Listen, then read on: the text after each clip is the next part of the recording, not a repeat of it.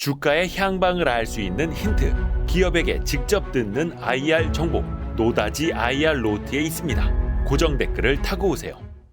처음 나오셨습니다. 저희 Y스트릿에. 네. 아유, 와주셔서 고맙습니다. 우리 경남대학교 심리학과 김태훈 교수님. 네, 안녕하십니까. 아유, 와주셔서 고맙습니다. 불러주셔서 감사합니다. 아니, 별 말씀을요. 과 이름이 심리학과. 심리학과입니다. 네. 그 안에서 좀 나뉘잖아요. 세부 전공이 나뉘긴 하는데요. 네네.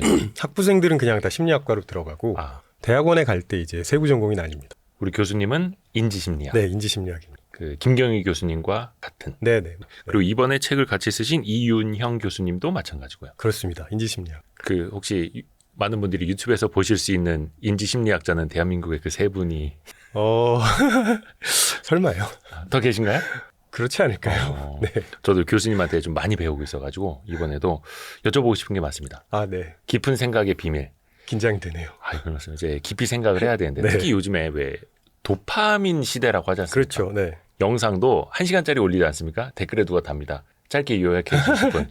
뭘 저렇게 길게 얘기하고 있냐고. 어떻게 보면 이제 오히려 이제 지금은 생각을 깊이 하는 게 더 힘들어진 시대 같다. 그렇죠. 요즘 생각은. 보면 드라마 16부작을 예. 1시간으로 줄여가지고 압축 버전. 네, 올리는 영상들도 되게 많고요. 예.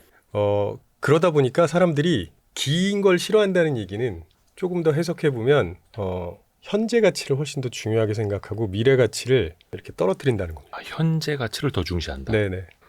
이게 이제 인지심리학에서 나오는 이론 중에 하나인데요. 예. 시간 할인이라는 개념이 있습니다. 시간 할인이요? 네. 이건 temporal discounting이라는 거를 번역한 용어인데 예. 시간의 길이만큼 그대로 생각하지 않고 그러니까 미래로 갈수록 현재 시점부터 미래까지의 시간 길이가 점점 길어지는 거잖아요. 네네네. 그런데 이게 먼 미래로 갈수록 그만큼 생각하지 않고 줄여버린다는 거죠. 그냥 네. 땡겨버린다. 압축해버린다. 네. 간단하게 테스트 해볼까요? 그래요? 네. 누굴 상대로? 저를요? 네. 네. 예를 들어서 제가 지금 당장 예. 5만 원을 드린다고 했습니다. 예. 근데 1년 기다리면 6만 원 드린다고 했어요. 네. 지금 5만 원 받으시겠습니까? 아니면 1년 후에 6만 원 받으시겠습니까? 이게 연율로 따지면 20% 어마어마한 건데 네. 1년 기다려서 6만 원을 받는 게 이론상으로는 맞죠. 그렇죠. 근데 심리적으로는 김태훈 교수님 거짓말하고 안 주실 것 같다면서 지금 주세요 이러겠죠. 그렇죠. 말씀하신 것처럼 20% 이율은 뭐 어마어마한 거죠. 네, 어마어마한 건데 거의 대부분의 사람들이 지금 5만 원을 선택합니다. 그게 누구가 됐든 일반적으로. 네. 그러니까 현재 가치를 훨씬 더 중요하게 생각하는 거죠. 그러니까 그 미래 그 가치를 할인해서 평가한다는 겁니다. 그럴 수밖에 없는 게 지금 재밌는 거, 네네네. 지금 나를 만족시키는 거, 예. 이런 거에 자꾸 집중을 하면 미래를 생각하는 건 사실 어렵죠. 어떻게 보면 또 시간 할인이라는 게 또 익숙해져 있는 것 같기도 하고 왜 그 주식 투자하시는 분들은 현금 흐름 할인법이라고 해서 네. 이 회사가 1년 뒤, 2년 뒤, 3년 뒤에 벌어들일 이익을 역으로 현재와 현가와 해갖고 할인해서 이제 뭐 밸류에이션 이런 거 하시거든요. 네. 그런 거 따져보면은 참 현명한 거다라는 생각도 하게 되는데 그래서 사람들은 현재 가치를 더 높이 치고 미래 가치를 조금 더 네. 박하게 본다. 네. 그래서 못 기다려요. 못 기다린다. 네, 기다리는 걸 진짜 요즘 잘 못합니다. 과거보다 더 하죠. 너무너무 심할 정도로 못 기다리죠. 뭐 여러 가지 이유가 있는데요. 네네네. 예를 들면 혹시 집에서 새벽 배송 네, 쓰죠. 네. 아침 7시까지 온다고 했는데 네. 7시 한 30분에 오면 막 짜증나죠. 뭐 이게 신뢰가 없어 막 이러면서 출근하기 전에 받아야 되는데 막. 그러니까요. 근데 예전에는 없으면 기다렸다가 시간이 날 때 사러 갔었어야 돼요. 근데 지금은 아이들이 빨리 새벽 배송 주문하라고 합니다. 다음 날 안 오면 이제 큰일 나는 줄 알고. 그러니까요. 예전에 편지도 그러했고. 편지로 그럼요. 보내면 한 사흘 정도 걸렸죠. 빠른 우편으로 네. 보내면 한 이틀 정도 걸렸고. 근데 요즘 그게 뭡니까? 이메일도 잘 안 쓰고 그냥 톡으로 바로. 그렇죠. 그리고 편지 보낼 때도요. 여전히 이제 우체국에 가면 편지 보내실 수 있거든요. 네. 일반 우편과 빠른 우편이 있습니다. 근데 하루 차이인데 아마 제가 정확한 통계는 없지만 거의 대부분 빠른 우편. 빠른 우편 보내죠. 네. 그 몇십 원 차이가 나기는 합니다만. 거의 뭐 1.5배 이상 차이 나는데요. 그런가요? 네. 그럼에도 불구하고 못 기다립니다. 특히 약간 좀 한국 사람이 더 심할까요? 그렇습니다. 왜냐하면 이 시간 할인이 어떤 사람들에게 더 많이 나타나느냐 네. 이걸 좀 조사해 보면 불안감이 높은 사람에게 많이 나타납니다. 불안감이 높을수록 미래보다는 현재, 네. 당장. 한국 사람들 불안감 높잖아요. 저만 그런 거는 아니고 여러분도 그러지 않습니까, 솔직히? 네. 아마 보시는 분들 거의 다 5만 원 선택하셨을 거예요. 그렇죠, 당장. 이 책의 부제가 빼앗긴 집중력을 되찾고 당신의 뇌를 최적화할 깊은 생각의 비밀이고 밑에 보면은 세상은 스마트해지고 네. 인간의 생각은 게을러진 시대다. 어떻게 보면은 기술적으로도 그렇고 네. 스마트화해질수록 인간의 생각은 더 깊이 하기 더 힘들어질 테고 주변에서 이제 방해를 많이 받지 않습니까? 이런 뭐 태블릿도 마찬가지고. 네. 그러면 인간이 그 예전에 저는 김경일 교수님한테도 배웠는데 인간의 뇌는 인지적 구두쇠라고 하더라고요. 그렇죠. 빨리 그냥 지름길을 네. 찾으려고 하고 빨리 답을 내려고 하고 이거는 그냥 인간의 본성입니까? 원래 그렇게 태어난 겁니까? 진화적으로 그렇게 진화해 왔다고 보시는 게 맞을 거예요. 일단 왜 인지적 구두쇠냐? 인간이 가진 자원이 굉장히 제한되어 있거든요. 그러니까 예를 들어서 뭐 많이들 말씀하시는 주의 집중력 이런 거는 한 번에 한 군데밖에 집중할 수가 없습니다. 그래서 가지고 있는 거는 제한돼 있고 그 다음에 우리가 써야 할 때는 많다면 네. 필요한 곳에만 집중하는 게 맞겠죠. 그러니까 내가 가진 자원을 어떻게 효율적으로 사용할까에 대한 고민을 할 수밖에 없는 거고요. 그러면 구두쇠처럼 사는 게 맞죠. 저는 근데 이 구두쇠 인지적 구두쇠라는 표현 보면서 네네. 좀 여담인데 예. 야 역시 이름을 잘 지어야 되는구나 하는 생각을 합니다. 요거 예, 이건 잘 지은 건가요? 아니면 못 지은 건가요? 잘 지은 거죠. 아, 잘 지은 거예요? 이걸 그 1984년에 예. 프린스턴 대학교의 수잔 피스크하고 그다음에 UCLA의 셸리 테일러 교수가 네. 같이 만든 용어거든요. 커그니티브 마이저를 번역한 용어인데 이 두 분은 이 논문 발표하고 평생 잘 아, 그 용어로 네. 스크루지처럼 돈을 안 쓰는 게 아니라 이제 생각을 안 쓰려고 한다. 네. 뇌를 안 쓰려고 한다. 그러니까 주의력도 그렇고 집중력도 그렇고 한계가 있다. 그렇죠. 구두쇠는 늘 안 쓰고 예. 아껴요. 근데 우리 인간도 구두쇠처럼 생각을 잘 안 해요. 필요하다, 아주 필요한 게 아니면 생각을 잘 안 하고 귀찮아하고 대강 생각하고 그러니까 습관적으로 생각하고 이렇게 되면 어떻게 되냐면 깊게 생각하기 어려워집니다. 특히 습관적으로 생각하기 때문에. 습관적으로 생각한다라는 거는 어떤 의미예요? 내가 이전에 했던 방식을 그대로 따라하는 거죠. 아, 그냥 해왔던 대로. 네네. 아, 이렇게 됐으니까 저렇게 되겠지 이런 그렇죠. 식으로. 네. 그 투자할 때도 많이 그러시잖아요. 네. 그러니까 그래서 이제 차트 보고 네. 과거에 이렇게 움직였으니까 앞으로도 이렇게 움직이겠지. 그렇죠. 네. 그리고 늘 보시던 자료만 보고 새로운 자료를 이렇게 드리면 이거 뭔가 복잡해 보이고 눈에 잘 안 들어오고요. 게다가 이게 진짜 도움이 되는 자료인지 아닌지 확인해 보려면 생각 많이 해야 되거든요. 그렇죠. 차라리 그 시간에 내가 보던 거 보자. 이렇게 하시는 경우도 많고. 아는 거 보자. 네. 두꺼운 자료 나오면 요즘에는 챗 GPT에다가 PDF 딱 올려놓고 이거 10줄로 요약해줘 또 이러고 있고. 그렇죠. 근데 이게 참 어떻게 보면 편리하기는 한데 이러다 이제 뇌가 퇴화될 수도 있겠고. 이 책을 보니까 네.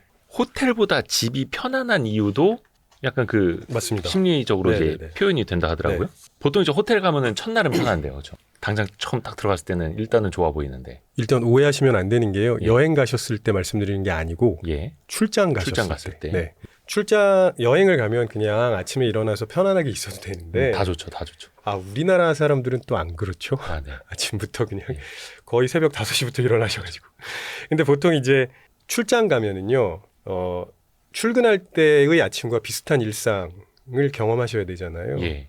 그러면 호텔에 가서 딱 잠을 잔 다음에 일어났어요. 일어나서 보통 이제 화장실로 가가지고 세수하고 양치하고 뭐 이런 등등등을 해야 되는데 네. 화장실이 어디지?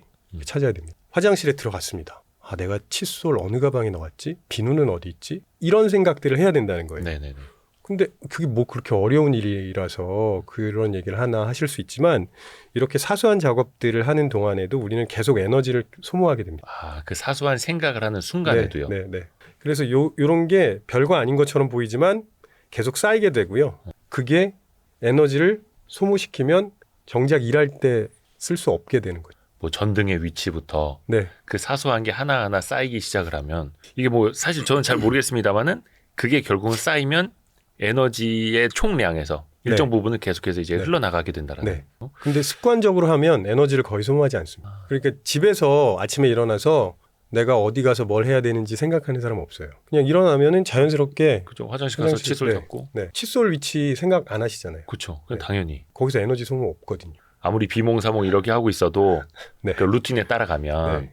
심지어는 뭐 엄청 바쁠 때는요. 자기도 모르게 그냥 칫솔을 물고 이러고 있는 분들도 계세요. 네네, 그죠. 그게 이제 습관적으로 생각을 하는 건 에너지가 덜 든다.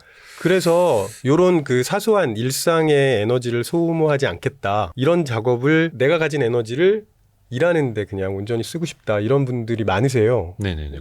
뭐 너무 잘 알려진 터틀넥 차림의 스티브 잡스나 아, 회색 셔츠만 입고 있는 마크 저커버그가 예. 내가 옷 고르는데 예. 아침마다 뭐 입어야 되지? 이러면서 에너지를 많이 소모하거든요. 시간도 낭비되고. 그렇죠. 그런 거 안 하고 난 그냥 그 에너지를 온전히 일하는 데 쓸 거야. 아, 이렇게 되는 거죠. 그 이제 뭐 귀찮고 그런 것도 있겠습니다만 시간을 아끼는 것 또 그 하나하나가 판단을 하는 행위 그게 또 에너지고 근데 어쩔 수 없는 거네요. 이거는 이제 인지적 구두쇠로부터 이제 시작이 되는 거니까. 네. 또 하나가 사람의 기억 자체가 이게 또 네. 정확한 게 아니지 않습니까? 때로는 왜곡이 되고 스스로 또 오류를 낳기도 한다고요. 우리 책에서 보니까 피크앤드 법칙 이거 나오더라고요. 피크앤드 법칙이 정확히 어떤 겁니까?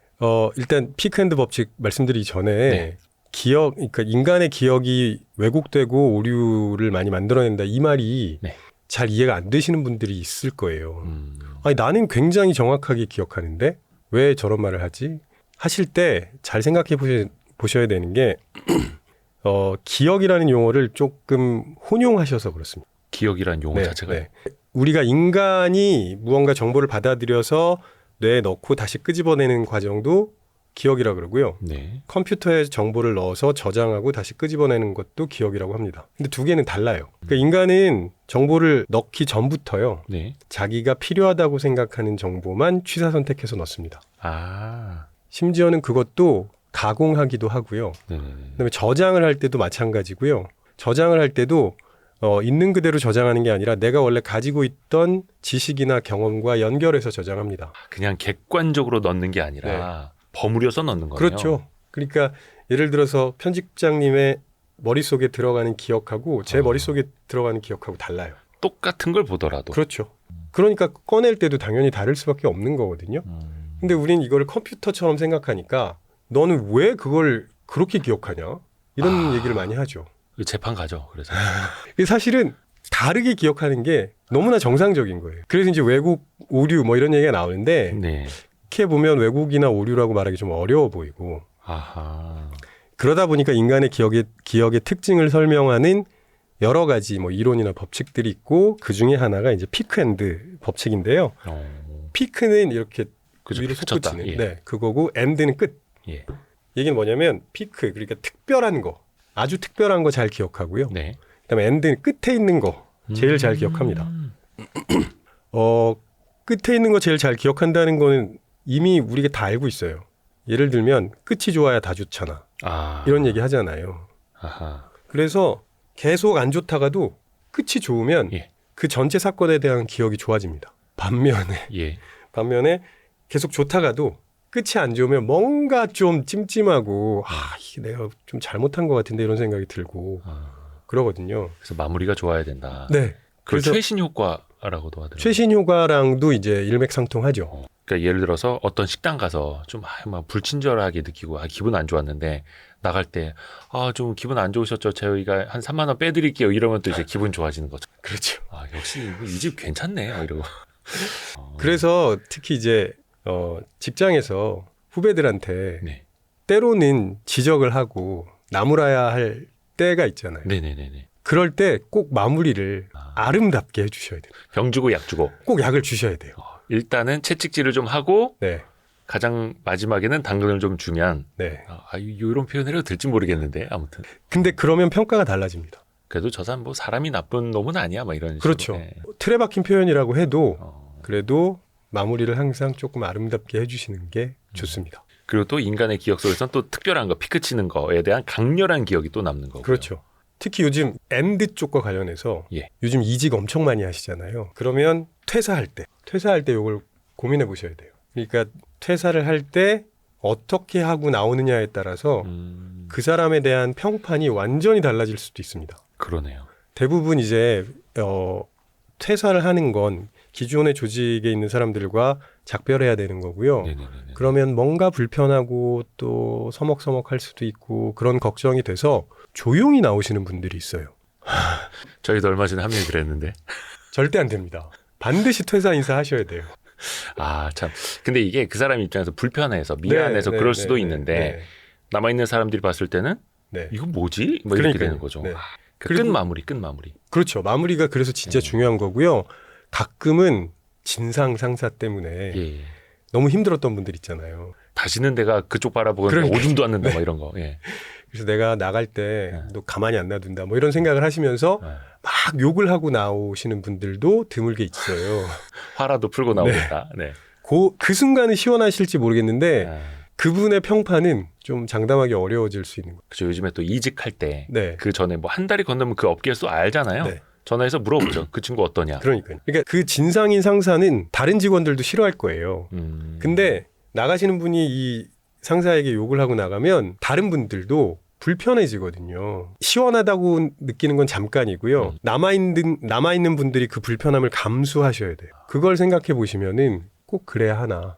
지 혼자 할 말 다 하고 나가고 네. 우리는 지금 분위기 싸해졌는데 뭐 이렇게 네.